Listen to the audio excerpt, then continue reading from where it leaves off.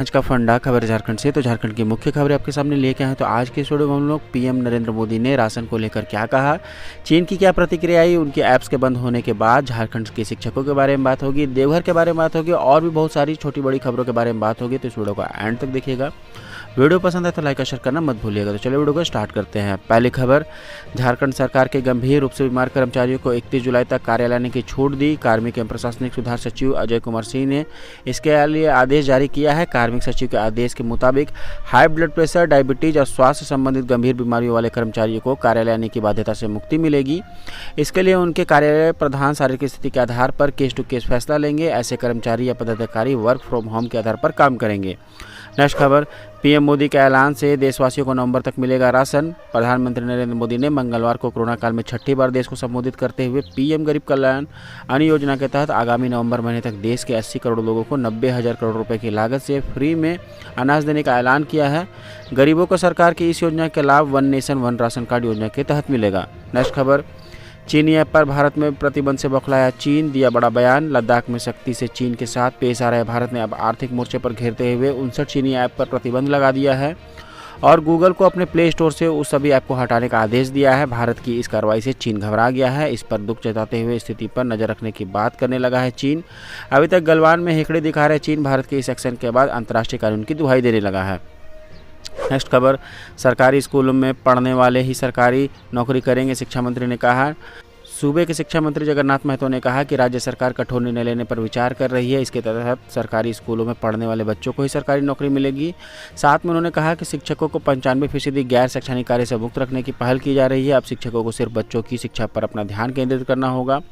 मंत्री श्री महतो मंगलवार को नवाडी के भूषण उच्च विद्यालय परिसर में सरकारी शिक्षकों एवं पारा शिक्षकों के साथ खुली परिचर्चा में संबोधित कर रहे थे। नेक्स्ट खबर, झारखंड को राहत, डीवीसी ने बिजली कटौती का निर्णय टाला। झारखंड बिजली वितरण निगम लिमिटेड के आग्रह पर दामोदर घाटी निगम के कुछ दिनों के लिए बिजली कटौती के निर्णय को टाल दिया गया है। इस निर्णय से डीवीसी कमांड से जुड़े इलाकों को राहत मिलेगी। हालांकि कटौती से राहत संबंधी कोई आधिकारिक बयान अभी तक जारी नहीं हुआ है। नेक्स्ट खबर, 30 जून को झारखंड में मिले 60 नए कोरोना पॉजिटिव संक्रमितों की संख्या 2490। झारखंड में मंगलवार 30 जून 2020 को 60 नए कोरोना पॉजिटिव मिले हैं। इसके साथ ही राज्य में संक्रमितों की कुल संख्या बढ़कर 2490 हो गई है। मंगलवार को सरायकेला में 25, धनबाद में 14, पूर्वी सिंहभूम में 11, साहिबगंज में 3, देवघर में 2, रांची, रामगढ़, गिरिडीह, दुमका व बोकारो में 1-1 संक्रमित मिले हैं। राज्य में अब तक 15 संक्रमितों की मौत हो चुकी है। नेक्स्ट खबर, कोल उद्योग में आहूत हड़ताल रोकने के प्रबंधन प्रस्ताव को श्रमिक संगठनों ने ठुकराया।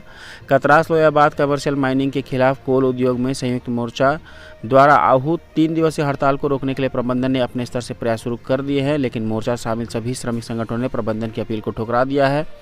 लोयाबाद कोइलवरी कार्यालय में हुई बैठक में मजदूर प्रतिनिधियों से हड़ताल में शामिल नहीं होने की अपील की गई है। सत्येंद्र पाल ने कमर्शियल माइनिंग से होने वाले फायदे भी गिनवाए हैं। नेक्स्ट खबर, श्रावणी मेला में सुनवाई पूरी, मेला लगेगा या नहीं, फैसला 3 जुलाई को आएगा। हाईकोर्ट ने सुरक्षित रखा फैसला।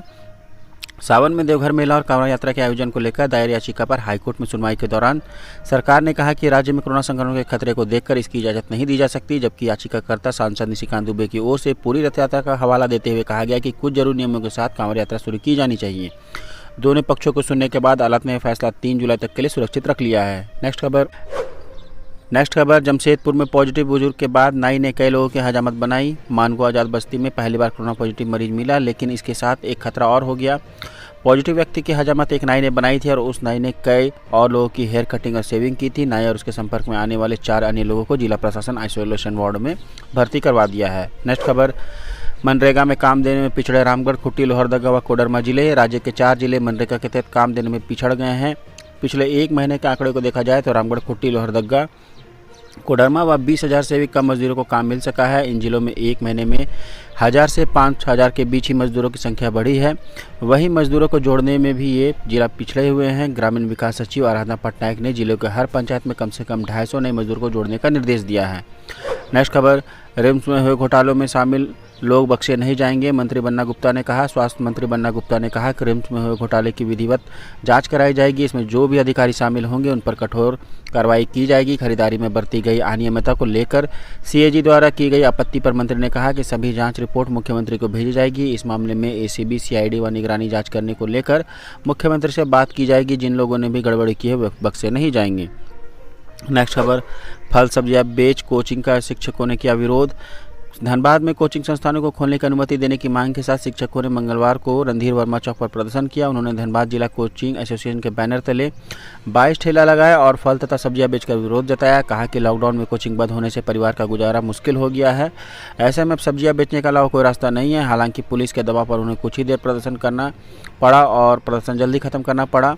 ठेलों पर शिक्षकों ने तख्तियां लगा रही थी। उनमें से कई में लिखा था, सुशांत सिंह राजपूत बनने के लिए मजबूर ना करो, जूता चप्पल की दुकानें खुल सकती है तो कोचिंग क्यों नहीं। नेक्स्ट खबर, हूल दिवस के मौके पर झारखंड में 1932 खतियान लागू करने पर दिया गया जोर। झारखंड मुक्ति मोर्चा के बैनर तले सोमवार को गांधी चौक, पत्थर चपटी समेत कई स्थानों पर सादगीपूर्ण ढंग से हूल दिवस मनाया गया। झामुमो के मधेपुर विधानसभा प्रभारी हफीजुल हसन समेत पार्टी नेता व कार्यकर्ताओं ने सिद्धू कान्हू, चांद भैरव, फूलो झानो को नमन करते हुए उनकी तस्वीर पर श्रद्धा सुमन अर्पित किया। संथाल हूल के शहीदों को याद करते हुए कहा कि संथाल हूल के कारण आज संथाल परगना के मूलवासी और आदिवासियों की जीविका चलाने के लिए अपनी जमीन बची है। झारखंड में आदिवासी व मूलवासियों के अस्तित्व की रक्षा करने के लिए वर्ष 1932 का खतियान लागू करने पर जोर दिया।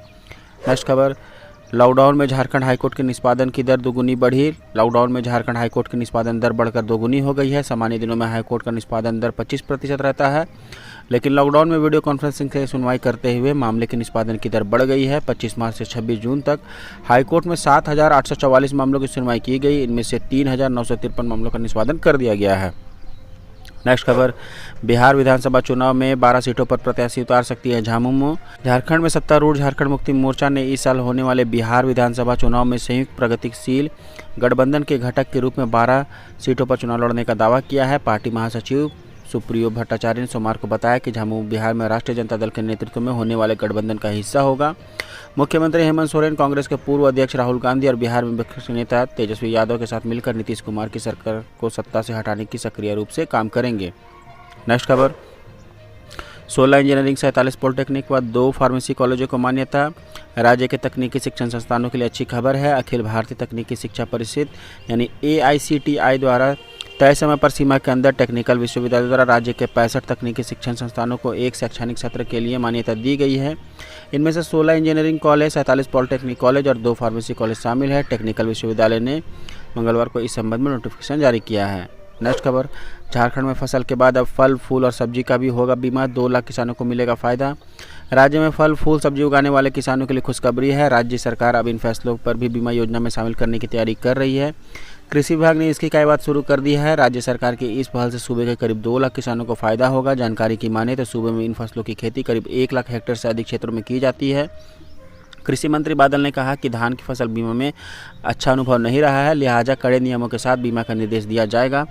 बीमा कंपनियों की बीमा से पहले कुछ शर्तों को पूरा करना होगा ताकि आगे अधिक से अधिक किसानों को लाभ मिल सके। नेक्स्ट खबर, मनरेगा में राजमिस्त्री और मेट को मिलने वाले लाखों के रुपए का फर्जीवाड़ा। लातेहार जिला में मनरेगा में लगभग सभी प्रखंडों में वेंडर मटेरियल सप्लाई के लिए रखे गए हैं। ये वेंडर अधिकारियों से साठ गढ़ कर लाखों रुपए का अवैध निकासी कर रहे हैं। जिले में गारू प्रखंड में राजमिस्त्री और मेट को मिलने वाली मजदूरों की लाखों रुपए की राशि भी वेंडरों के खाते में डाल दिया गया है। नेक्स्ट खबर, मगध आम्रपाली कोल परियोजना से निकला 5,946 टन कोयला चोरी। मगध आम्रपाली कोयला परियोजना से निकला 5,946 टन कोयला चोरी हो गया। कोयला चोरी का मामला लातेहार के बालूमाथ स्थित फुलबसिया रेलवे साइंग से तब सामने आया जब कोयला के स्टॉक मिलान किया गया। मामला सामने आने के बाद लातेहार SP प्रशांत आनंद ने इस संबंध में DIG अखिलेश झा को जानकारी दी। अब इस मामले में DIG अखिलेश झा ने पुलिस मुख्यालय को पत्र भेजकर अवगत कराया है। वही पूरे मामले की जांच CBI और CID से कराने की मांग की है, जिसके बाद राज्य पुलिस मुख्यालय ने मामले में CID मुख्यालय से भी पत्राचार किया है। नेक्स्ट खबर, 3 साल से एक ही जगह पर जमे शिक्षक विभाग के लिपिकों का होगा तबादला, बन रही है सूची। 3 साल तक एक ही जगह पर जमे शिक्षक विभाग के लिपिकों का स्थानांतरण जल्दी किया जाएगा। साथ ही एक ही जिला में 5 साल तक जमे लिपिकों का भी अंतर जिला जाना होगा।